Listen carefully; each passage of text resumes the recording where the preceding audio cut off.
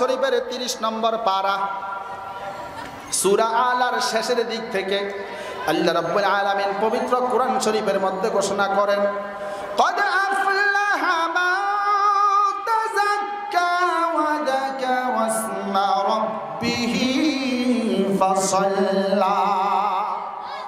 আমার আল্লাহ পবিত্র কোরআন শরীফের মধ্যে ঘোষণা করেন, সেই ব্যক্তি সফলকাম হয়েছে যে নিজের আত্মাটাকে পরিষ্কার করছে, পবিত্র করছে, এবং কিসের মাধ্যমে? আমার আল্লাহর সালাত আদায়ের মাধ্যমে, সিজদা করার মাধ্যমে নিজের আত্মাটাকে পরিষ্কার করছে, সেই ব্যক্তি সফলকাম হয়েছে। তাহলে বাবা নামাজ পড়া দরকার আছে নি? আজকে নামাজের ওয়াজ করলে অনেকের ভালো লাগে না, যদি কাহিনী সুন্দর সুন্দর করে বলে যায়, হুজুর খুব মজা হয়েছে, গুড হয়েছে ওয়াজটা খুব গুড হয়েছে, হুজুর নামাজের কথা কইলে আর ভালো লাগে না, এবার উঠি শুরু করে আসেনি এরকম কিছু বেজাইলা। বোঝা গেছে শয়তানে খালি কিলবিল করে বিজেন দিয়া, যুক্তিবাদী আটকাইতে পারতে করে। কোন বাদী? খালি যুক্তি দিত, কয় যেটা উঠে যাইব মনে করেন ভালো ওয়াজের সময়, মনে করেন এটারে শয়তানে করছে। তো ওই মাহফিলের ওই দিনের সভাপতি ওনার টয়লেটে ধরছিল, তো যাইতে হইব, অন বেড়া তো খিচ্চা মিচ্চা বয়ে গেছে, কি করবো, একটা বিপদে বইলা গেছে, কেন উঠলেই তো কবে শয়তানে ধরছে। যুক্তিবাদী আটকাইতে পারতো, আমি বাবা এরকম যুক্তি জানি না যে আপনাদেরকে আটকাবো।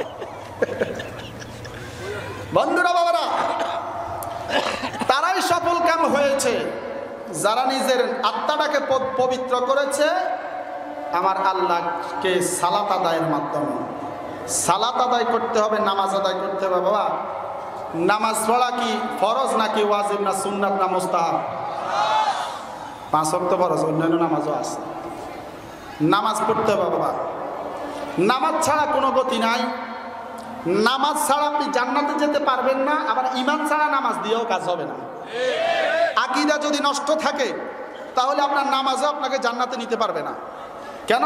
মিশকাত শরীফে হাদিস আছে, আমার নবী বলেন, আমার এমন বহুত উম্মত হবে যাদের পাহাড় পরিমাণ আমল থাকবে, আমল সহ তারা জাহান্নামে যাবে, নাউজুবিল্লাহ। কথা কি বোঝা গেছে? নামাজের দরকার আছে নি? ও বন্ধু, আল্লাহর নবী নামাজ পড়তেন রে বাবা, এমন মহব্বত করতেন নামাজকে। নবী কি নিজের জন্য নামাজ পড়ছেন নাকি উম্মতকে শিক্ষা দেওয়ার জন্য? আমার নবী তো নিজেই ছিল শরীয়ত, ঠিক কি না?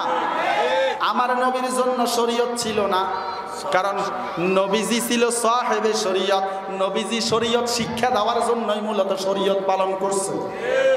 ও বন্ধু, নবীজি নামাজ পড়ত, নামাজ পড়তে পড়তে পড়তে পড়তে পাওগুলো একদম ফুলে যেত, এত কষ্ট করছে নামাজের জন্য। একদিন আল্লাহর নবী, দুই জাহানের বাদশা নবী নামাজ পড়তেছে, যখন নামাজের মধ্যে সিজদার মধ্যে গেল, দুষ্ট আবু জাহেলটা আসলো। দুষ্ট আবু জাহেলটা এসে আমার দয়াল নবীর, মায়ার নবীর মস্তক মোবারকের উপর কতগুলো উটের পচা নাড়ি বুড়ি উঠাইয়া দিছে। জোরে কান্না নাউজুবিল্লাহ। আমার নবী মাথা উঠাইতে পারে না, কষ্টে নিঃশ্বাস নিতে পারে না, এমন একটা পরিস্থিতির মধ্যে পড়ে গেছে। দাসী যাইয়া দৌড়াইয়া খবর দিছে, মা ফাতেমা গো, রহমতাল লিল আলামিন নবীকে আবু জাহেল কষ্ট দিতেছে। মা ফাতেমা দৌড়াইয়া আসছে, আয়েশা দেখে যে নবীজি মাথা মোবারক লড়াইতে পারতেছে না। টেনে টেনে যখন ওই ময়লাগুলো, ওটের নাড়িগুড়িগুলো সরাইলো, আল্লাহর নবী দেখে দুটি চোখের পানি ছেড়ে ছেড়ে নবী ফুফাইয়া ফুফাইয়া কান্দে। ও বন্ধু, নামাজের জন্য নবী এত কষ্ট করলো, আজকে উম্মতেরা নামাজ ছেড়ে দিছি, নামাজ আমাদের ভালো লাগে না। মা ফাতেমা ডাক দিয়ে বলে, বাবা গো, কার জন্য এত কষ্ট করেন? পাও মোবারক তো ফুলে গেছে, কেন এত কষ্ট করেন? আমার দয়াল নবী চোখের পানি ছেড়ে কান্দে, ফাতেমা রে, তুমি আমার কষ্ট দেখলা, আমার উম্মতের কষ্ট বুঝি দেখলা না? ওই আমার ফাতেমা, আমি কেন এত কষ্ট করি, আমি কেন এত নামাজের জন্য কষ্ট করি, এখনো বুঝলা না? কোনো কিছুর জন্য কষ্ট করি না, শুধু উম্মতকে নাজাতের জন্য কষ্ট করি। ফাতেমা রে, আমার উম্মতরা যদি 5 ওয়াক্ত নামাজটা ঠিক করে আদায় করে রে ফাতেমা, এই 5 ওয়াক্ত নামাজের হেফাজত যদি আমার উম্মতেরা করে, আমি নবী কথা দিলাম রে, কালকে হাসরের ময়দান থেকে ওই উম্মত ছাড়া আমি নবী জান্নাতে যাব না। নবী আমার উম্মতের দিওয়ানা, উম্মত এখনো নবী চিনলা না। নবীকে সাধারণ মানুষ বানাইতে বানাইতে বড় ভাইয়ের কাতারের মধ্যে নিয়ে আসছে। এমন জাহেল উম্মত এখনো পৃথিবীর জমিনের মধ্যে আছে। বাবা, আবু জাহেল এত কষ্ট দিয়েছে আমার নবীকে, আমার নবী আবু জাহেল থেকে অনেক কষ্ট পাইছে। ওই শয়তানটা কেমনে মরছে বলতাম নি? বলবো? বদরের ময়দানের মধ্যে মুসলমানদের সাথে জিহাদ, নবীজি সমস্ত সাহাবীদেরকে সারিবদ্ধভাবে দাঁড়া করাইতেছে, কাদেরকে যুদ্ধের ময়দানে নেওয়া যায়। এমন সময় ছোট্ট দুইটা সন্তান, ছোট্ট দুইটা বালক দাঁড়াইছে নবীজির সাথে যুদ্ধে যাবে। আল্লাহ নবী বলে, তোমরা দুইজন বাদ। বড় ভাইটা ইয়া রাসূলুল্লাহ, না না আমাকে নিতে হবে, আমি আপনার সাথে যুদ্ধে যাব। তো নবী দেখলেন বড়টা একটু মাথা তোলা, আচ্ছা ঠিক আছে তুমি আসো। ছোট ভাই বাহিনা ধরলে, ইয়া রাসূলুল্লাহ আমাকেও নিতে হবে, আমার ভাইয়া যদিও একটু বড় কুস্তিতে, কিন্তু আমার সাথে আমার ভাইয়া পারে না। সুবহানাল্লাহ, নবীকে এমন মহব্বত করত। বন্ধু, আল্লাহর নবী এখানে আরো অনেক কথা আছে। দুই ভাইয়ের মহব্বত দেখে দুই ভাইকে যুদ্ধের ময়দানে নিয়ে নিলেন। অনেক লম্বা ঘটনা, যুদ্ধ শুরু হয়ে গেছে। যুদ্ধ যখন শুরু হয়ে গেছে রে বাবা, দুই ভাইয়ে হযরত আব্দুর রহমান ইবনে আউফ রাদিয়াল্লাহু তাআলাকে জিজ্ঞাসা করলো, চাচা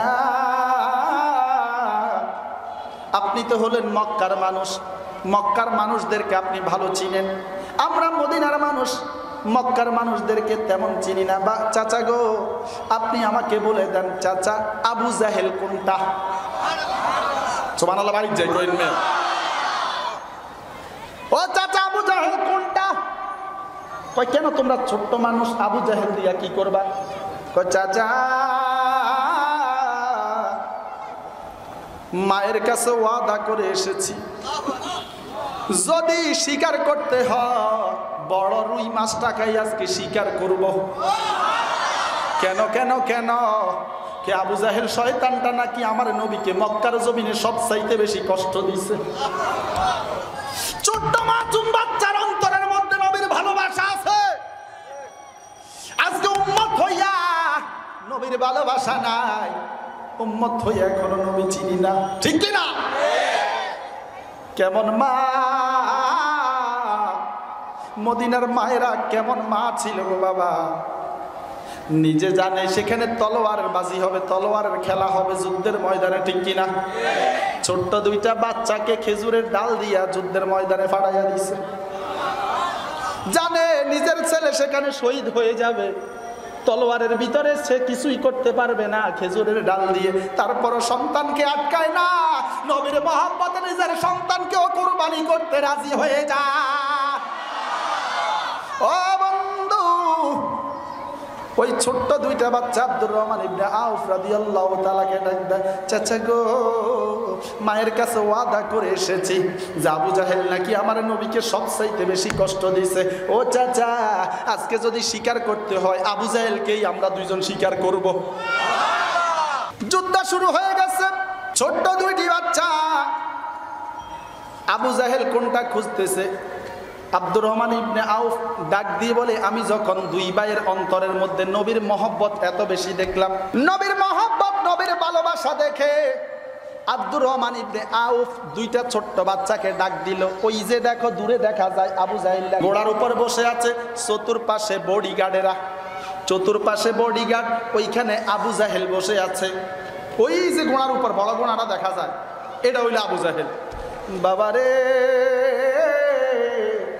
আব্দুর রহমান ইবনে আউফ ডাক দিয়ে বলে, এই কথাটা আমি বলতে দেরি রে, দুই ভাই মনে হয় সিংহ যেমন হরিণের পিছে দৌড়ায় এইভাবে দুই ভাই দৌড় মারছে।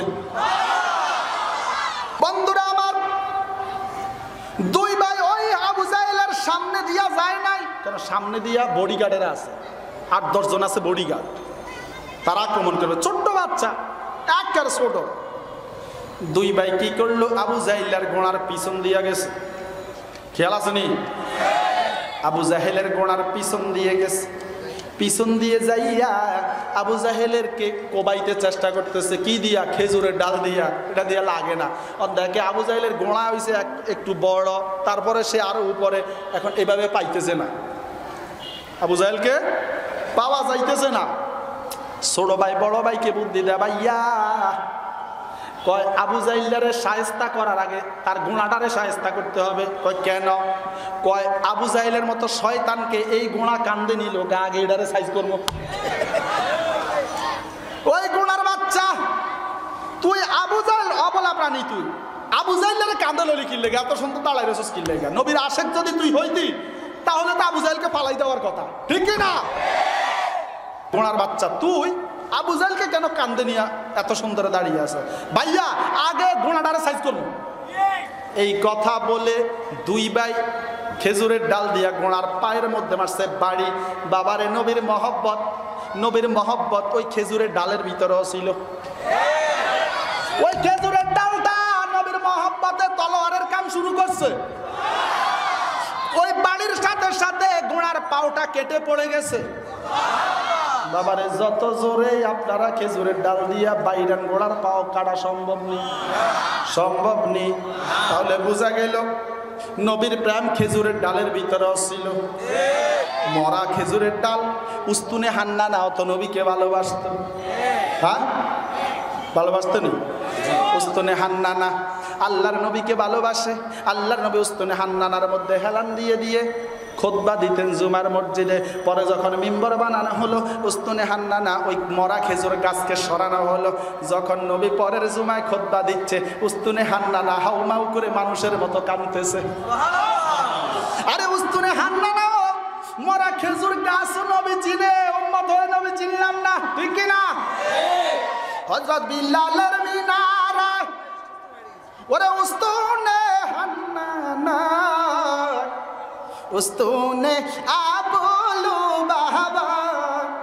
আরে পড়লে নামাজ 2 রাকাত, গুনাহ তোমার হবে মাফ।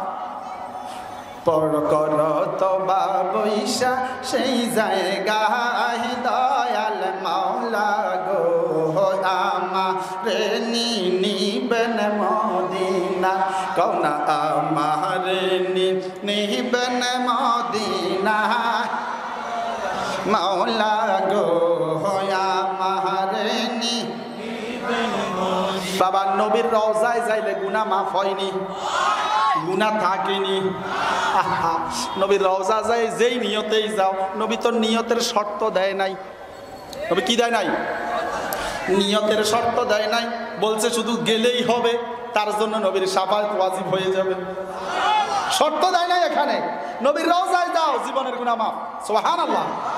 ওরে বড় বড় গুনাহগার আরে পাইবে গুনাহ পরিত্রাণ, হাজির হইলে নবীজির রওজায়। আল্লাহু আকবার। বড় বড় গুনাহগার পাইবে গুনাহ পরিত্রাণ, হাজির হইলে নবীজির রওজায়। ওরে প্রাণ ভরিয়া সালাম দাও, জান্নাত তোমার বুঝে না। সুবহানাল্লাহ। আরে প্রাণ ভরিয়া সালাম দাও, জান্নাত তোমার বুঝে না। নাজাত পাইতে হাসরের বেলায় দয়াল মাওলা গো, আমারে নিব মদিনা, আহা আমারে নিব মদিনা, দয়াল মাওলা গো আমারে নিব মদিনা। বন্ধু ও নবীর আশিকেরা, প্রেমিকেরা রে, আল্লাহর নবীর মহব্বতে মরা খেজুরের ডাল সেদিন তলোয়ারের কাজ করা শুরু করছে। সুবহানাল্লাহ কইেন না? ছোট্ট 2টা ভাই বড় ভাইকে ডাক দিয়ে ছোট ভাই বলে, ভাই গোড়াটারে সাইজ করো। এটা মনে হয় দুশ্মনের রাসূল, এটা মনে হয় নবীর দুশ্মন। যদি নবীর দুশ্মন না হইতো তাহলে এই আবু জাহেলকে তো কাঁধে তুলতো না। কেন? নবীর কথা তো উঠেও শুনে, ঠিক কি না? নবীর কথা গোনা শুনে, উঠে শুনে। তাহলে এই গোনাটা আবু জাহেলকে কান্দে নিল, নিশ্চয়ই এটা দুশ্মনের রাসূলের আগে সাইজ করতে হবে।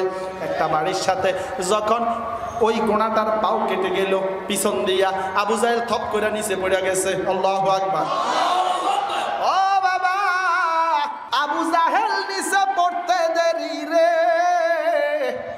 খেজুর গাছের ডাল দিয়া এমন বাইরান বাইরাইছে, মতিঝিলের শাপলা চত্বর দেখাইয়া ছাইরা দিছে। এমন ভিড়ান ভিড়াইছে, কয় দেখ শাপলা ফুল কেমন হয়, দেখ আমার নবীর সামনে বেয়াদবি করছো। এমন ভিড়ান ভিড়াইছে, হাদিস শরীফের মধ্যে আসছে হাতটা বাড়িদা একদম ঠান্ডা হওয়া পর্যন্ত ভিড়াইছে, একদম ঠান্ডা হয়ে গেছে, লড়াছড়া নাই, একদম লড়াছড়া নাই, ফুল ঠান্ডা। আবু জাহেল কই রে রে ফলা পানি আর মারিস না, এরা আর সহ্য করতে পারে, এরা আর মারিস না, কত তোর মাইর বন্ধ নাই তোরে। ফেরেশতাকে কামটা আমরা কিছু শুরু করে দিলাম, ফেরেশতারা তো তোরে পাইবেই বই। দুনিয়াতে আমরা শুরু করলাম, তাকে একটু হেল্প করলাম, সাহায্য করলাম। ফেরেশতাকে বাড়ি আমরা শুরু করছি, কবরে যাই তোরে হেরা ফিরাই। বন্ধুরা বাবারা, হাদিস শরীফ আসছে একদম ঠান্ডা হয়ে গেছে, আবু জাহেল লড়াচড়া করে না। এমন সময় আবু জাহেলের ছেলে হযরতে ইকরামা, উনি তখনও মুসলমান হয় নাই, পরবর্তীতে জলিল কদর সাহাবী হইছে। সুবহানাল্লাহ কইেন না? হইছে। হযরতে ইকরামা রাদিয়াল্লাহু তাআলা, উনি এসে তখনও মুসলমান না, তখন উনি কাফের ছিলেন। এসে বড় ভাইয়ের ডাইন হাতের মধ্যে একটা কোপ মারছে। কোপ মারার সাথে সাথে হাতটা আলাদা হয়ে গেছে, কিন্তু চামড়াটা এখনো বেজে আছে। ওই কোপটা মারার পরে আরো পর্যপরি কয়েকটা কোপ মারছে। বড় ভাইটা আর যুদ্ধ করতে পারতেছে না, ডিস্টার্ব করতেছে, হাতটা লড়াইতে পারতেছে না, খুবই ডিস্টার্ব করে। হাতটা পায়ের নিচে দিল, চামড়া বেজে আছে মাত্র, পায়ের নিচে দিয়ে ইয়া রাসূলুল্লাহ বলে একটা টান মেরে এই হাতটা ছিঁড়ে ফেলছে। ছোট্ট বাচ্চাদের ভিতরে, ছোট্ট বাচ্চাদের অন্তরের মধ্যে আমার নবীর মহব্বত ভালোবাসা ছিল। আজকে এমন উম্মত হইছি, নবীরে এখনো চিনলাম না। এইভাবে অনেকগুলো, ওই আবু জাহেলকে অনেকগুলো আঘাত করার পরে যখন সে ঠান্ডা হয়ে গেছে, নিজেও কয়েকটা আঘাত খাওয়ার পরে পড়ে গেছে। ছোট্ট ভাইটা আসছে, এসে বড় ভাইয়ের মাথার মধ্যে হাত দিল। ভাই অনেক কষ্ট হচ্ছে নিরে ভাই। বড় ভাইটা চোখের পানি ছেড়ে দেয়, বাইরে ভাই এতক্ষণ অনেক কষ্ট হচ্ছে, এখন কেমন জানি জান্নাতের ঘ্রাণ আসতেছে। ও ভাই এতক্ষণ অনেক কষ্ট হয়েছে, এখন কেন জানি জান্নাতের ঘ্রাণ আসতেছে। বাইরে ভাই যদি বেঁচে থাকি তাহলে ভালো কথা, যদি বেঁচে না থাকি আমার সালামটা আমার দয়াল নবীর রওজায় পৌঁছায়া দিও। বন্ধু যুদ্ধ প্রায় শেষ, প্রায় শেষ, অনেক লম্বা ঘটনা, আমি একদম শেষ করে দিলাম, সংক্ষিপ্ত করে দিলাম। আবু জাহেলের সাইজের কথা, শুধু আবু জাহেলের কথাটা বলতেছি। যুদ্ধ প্রায় শেষ। যুদ্ধের শেষে দিয়া আল্লাহর নবীর সাহাবী হযরত আব্দুল্লাহ ইবনে মাসউদ আসছে। উনি যুদ্ধের প্রথমে শরীক হইতে পারে নাই, যুদ্ধের প্রথম দিকে উনি শরীক হইতে পারে নাই, যুদ্ধের পিছন দিয়ে আসছে। আয়েশা ডাক দেয়, ইয়া রাসূলুল্লাহ, নবী গো আমি তো পিছন দিয়ে আসছি, ঠিক আছে, আমি এখন মাঠে যাইয়া দেখি কিছু পাইনি। সবাই তো যুদ্ধ করে জয় লাভ করছে, নবীর দুশমন হত্যা করছে, গনিমত পাইছে। ইয়া রাসূলুল্লাহ, যে আমি যাইয়া দেখে আসি, কিছু পাইনি। যাইয়া দেখে রে আবু জাহেলের বুকের মধ্যে একটু একটু লড়তেছে। কমায় আর নবী, দয়ার নবী, পাইছি বড় রুই মাছটা। পাইছি তোরে, আমরা কই খাইছি তোরে। আব্দুল্লাহ ইবনে মাসউদ কয় পাইছি তোরে, বহুত জ্বালাইছস নবীরে, বহুত কষ্ট দিছস, পাইছি রে আজকে তোরে পাইছি। এই কথা বলার সাথে সাথে আবু জাহেল তখন একটু এমনি চাইছে, মানে চোখটা একটু খুলছে, খুইলা বলে কে রে তুই? আমি আব্দুল্লাহ ইবনে মাসউদ। কই রে ফোলাফান্ডি যে বাইরাইছে রে, একটা লড়াছড়া করতে পারতেছি না, এরকম ভিড়াইছে। কার নবীর সাথে বেয়াদবি করবি? নবীর সাথে বেয়াদবির ফল এমনই হয়। আবু জাহেল ডাক দেয়, আব্দুল্লাহ ইবনে মাসউদ রে, তোরে একটা প্রশ্ন করি, আমরা দেখলাম যুদ্ধের মধ্যে কিছু নতুন লোক দেখলাম, আজমিও বুঝি না, অ্যারাবিকও বুঝি না, এরা কারা? আব্দুল্লাহ ইবনে মাসউদ ডাকে দেয়, আমার আল্লাহ ঘোষণা দিয়েছে বদরের যুদ্ধে তোমাদেরকে হত্যা করার জন্য আল্লাহ 3000 ফেরেশতা পাঠাইবে। কত হাজার? আবু জাহিল্লা কয় কস কি রে, আমরা ফেরেশতাগুলো যুদ্ধ করছি, আরে আমরা তো যুদ্ধের জাতি রে। নাউজুবিল্লাহ কর না, কেমন শয়তানের শয়তান দেখছেন অবস্থা। আমরা তো যুদ্ধবাদ জাতি, আরে আমরা বীরের জাতি রে, আমরা ফেরেশতাগুলো যুদ্ধ করতে পারি। কত বড় শয়তান। আব্দুল্লাহ ইবনে মাসউদ কয়, ও আবু জাহেল, তোরে একটা কথা কই, তুই এখনো কলমা পড়, তোর তো সময় শেষ। যদি কলমা পড়স, নবীজির কাছে তোরে নিয়ে যাব, চিকিৎসা করাই, আর নবীজির কাছে ক্ষমা এনে তোরে ভালো করব। আল্লাহু আকবার কর না। কি করব? তোর ভালো করব, নবীর কাছে গিয়ে তোর জন্য ক্ষমা আনবো, তুই কলমা পড়ে মুসলমান হয়ে যা। কয় আব্দুল্লাহ ইবনে মাসউদ, আব্দুল্লাহর ছেলে তো করে জাদুটা খুব কঠিনভাবে করছে, আমার কাজ এখনো আসতে পারে নাই, আমার কাছে এখনো আসতে পারে নাই, তো করে কঠিন জাদু করছে। নাউজুবিল্লাহ কইন না, আরো জোরে কান। কি কইলি তুই? আমার নবীরে তুই জাদুঘর কইছস? ওরে শালার বেটা, তোর আর দেরি নেই, তোরে এখনো খাইছি রে আমি। কবি হুজুর আপনাদের শালার বেটা করে গালি দিলেন আবার? হ্যাঁ, নবী দুশ্মনদের গালি দেওয়া জায়েজ না না জায়েজ? কথা কন না কা, কেউ কথা কন না। আপনি কোন আবার কইছেন, কইবেন না হুজুর আপনি কি এটা কি করেন? আছে আছে, কথা কনের সুযোগ তো নাই। বন্ধুরা বাবারা, ওই আবু জাহিল্লারে বলতেছে, তুই আমার নবীরে জাদুঘর কইছস, তোর আর রক্ষা নাই, এখনই তোর মাথাটা আমি আলাদা করে ফেলবো। আবু জাহিল্লা ডাক দেয়, আব্দুল্লাহ ইবনে মাসউদ, আমার মাথা তো আলাদা করবা, ভালো কথা, তবে তোমার কাছে একটা অনুরোধ, আমার মাথাটা তুমি কাটার সময় গলাটা একটু বড় কইরা কাট্টো। কেন? কয় সবাই যেন বুঝতে পারে এটা সর্দারের মাথা। নাউজুবিল্লাহ কইতেন না, কয় সবাই যেন বুঝতে পারে এটা নেতার মাথা। কার মাথা? নেতার মাথা। আবু জাহেল, আমি আবু জাহেল, আমি নেতা, সবাই যেন বুঝতে পারে এটা নেতার মাথা। ও আব্দুল্লাহ ইবনে মাসউদ, তুমি কাটার সময় একটু বড় কইরা কাট্টো। কেমন শয়তানের শয়তান, অহংকার মরার আগেও যাও না, দেখছেন অবস্থা। আব্দুল্লাহ ইবনে মাসউদ কয়, শয়তান রে, তোর আর রক্ষা নাই, তোর আজরাইল আশেপাশে ঘুরতেছে, এখনো তুই অহংকার করস। এই কথা বলে খপ করে একটা কোপ মেরে তার কল্লাটা আলাদা করে ফালাইছে। সুবহানাল্লাহ।